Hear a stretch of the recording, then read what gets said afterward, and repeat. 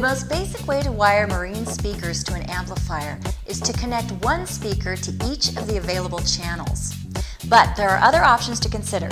Most external amplifiers can power more than one speaker per channel. For example, a 4-channel amplifier may be able to power up to 8 speakers. In fact, if you wire it correctly, you will be able to pull up to twice as much power out of the amp. First, you need to make sure your amplifier can be safely set up this way.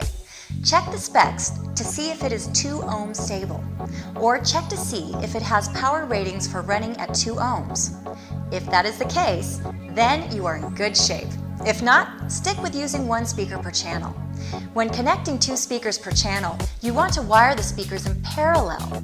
Parallel means that the positive and negative wires for each speaker connect directly to the positive and negative leads on the amplifier. Don't try to wire more than 2 speakers to each channel, or you could damage your amp and your speakers. A subwoofer would be wired in a completely different way. Subwoofers need lots of power, so typically you will bridge the power from 2 channels into one to power the sub. Most often you accomplish this by connecting the positive wire from the subwoofer to the positive lead of one channel on the amp, and then connecting the negative wire to the negative lead of the other channel. A common setup with a 4-channel amplifier is to wire 2 speakers each in parallel to channels 1 and 2 for a total of 4.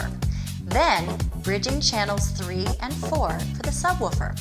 Hopefully you can see all the possibilities this creates. Amplifiers are available with 2, 4, 5, and even 6 channels. So you can use these principles to set up a system with anything from 2 speakers up to 12 with any combination in between, including a subwoofer.